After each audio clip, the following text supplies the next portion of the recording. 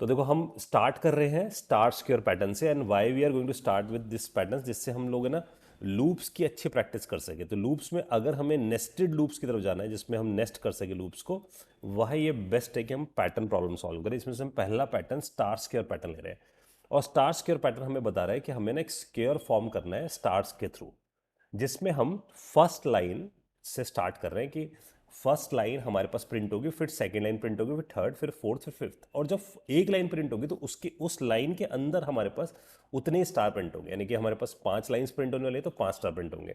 तो इससे जो हमारे पास जो ऑब्जर्वेशन आती है दैट इज कि हमें एक लूप चलानी चाहिए लाइंस के लिए। तो एक लूप चलाई हमने लाइंस के लिए, दैट्स अ फर्स्ट लूप। तो हमने इसे बोलना शुरू कर दिया, ये हमारी एक आउटर लूप है, क्योंकि हमें उसके अंदर फिर से एक और इनर लूप चलानी पड़ेगी which is a nested loop. तो जो इनर लूप चलाएंगे वो स्टार्स प्रिंट करने के लिए होगी, so it is going to print stars. अच्छा, अब हमें ये बात भी समझ में आती है कि जब भी हम ये दो लूप्स चलाएंगे तो उसके बीच में जो प्रिंटिंग की ऑब्जर्वेशन है वो ये है कि प्रिंटिंग हमेशा लेफ्ट टू राइट होती है। इसका मतलब पहला स्टार प्रिंट हो, फिर दूसरा स्टार प्रिंट हो, फिर तीसरा प्रिंट होगा, तो इसका मतलब लेफ्ट टू राइट जाते जाएंगे स्टार्स। या फिर टॉप टू बॉटम होती है। टॉप टू बॉटम मतलब जब हम एक लाइन प्रिंट कर गए तो दूसरी लाइन पे जाएंगे, फिर तीसरी लाइन पे जाएंगे। तो अब पॉइंट ये है कि अगर हम लेफ्ट टू राइट जाएंगे, लेफ्ट टू राइट जाने के लिए हमें यूज करना होगा यहाँ पर system dot out dot print method, क्योंकि प्रिंट हमेशा सेम लाइन में ही प्रिंट करता है। तो हम इसके थ्रू लेफ्ट टू राइट जाते जाएंगे। और टॉप टू बॉटम यानी कि हमें एक लाइन से दूसरी लाइन पे जाना है तो हमें न्यू लाइन करेक्टर चाहिए, और न्यू लाइन करेक्टर देने के लिए हमें मिल जाएगा system dot out dot print L N, जिससे हम न्यू लाइन, इससे हमारे पास न्यू लाइन करेक्टर्स आने शुरू हो जाएंगे। तो दिस इज द ऑब्जर्वेशन। अब एक काम करते हैं, कोड पे इंप्लीमेंट करते हैं। तो हमने एक पैटर्न वन डॉट जावा बनाया जिसमें नंबर ऑफ लाइंस हम लोगों ने एज्यूम कर लिया कि 5 लाइंस है हमारे पास जो हमें बनानी है। अब हम यहाँ सबसे पहली ऑब्जर्वेशन लेकर आते हैं कि हमें ना सबसे पहले लाइंस प्रिंट करनी है। तो हम डिसाइड करते हैं प्रिंट लाइंस।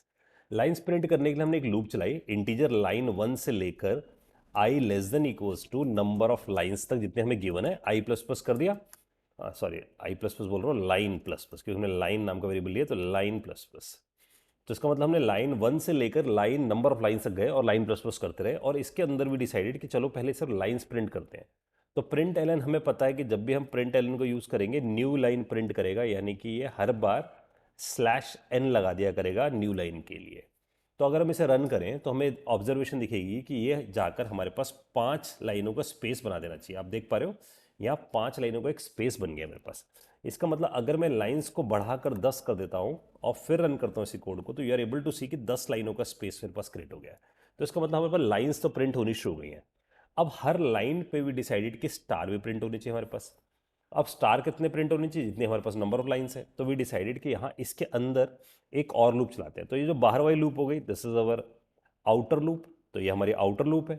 और यहाँ जाकर वी डिसाइडेड कि यहाँ जाकर हम एक इनर लूप चला रहे होंगे। अब जो इनर लूप यहाँ चलाएंगे उसके लिए हमने यहाँ लिखा फॉर इंटीजर, और यहाँ मैंने स्पेसिफाई किया स्टार। तो स्टार 1 से लेकर I decided star less than equals to number of lines, जितनी नंबर ऑफ लाइन्स है, और फिर हम लोगों ने स्टार प्लस प्लस कर दिया।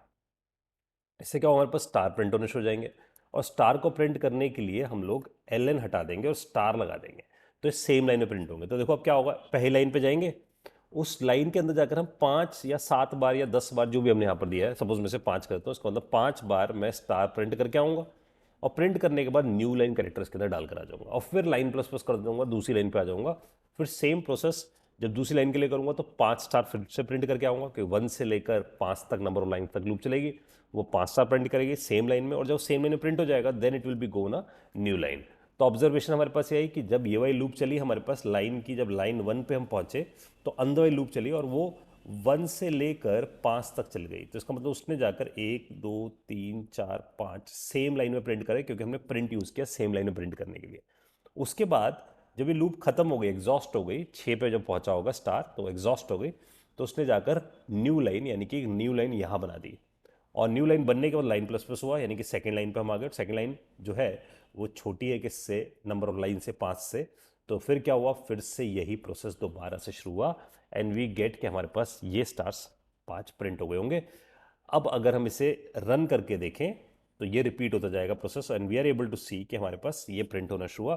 तो if we increase the number of lines, if we are saying कि 10 हो गए हमारे पास नंबर लाइन्स, तो हमें दिखेगा कि यहाँ पर वो 10 प्रिंट होना शुरू हो गया। हम इनके बीच में एक स्पेस डाल सकते हैं कि बिल्कुल स्क्योरिश शेप ले ले, तो देखो अब हमें दिखता है कि पूरा स्क्योर शेप में हमारे पास प्रिंट होना शुरू हो गया। So this is the first pattern which we have solved, which is a star square pattern.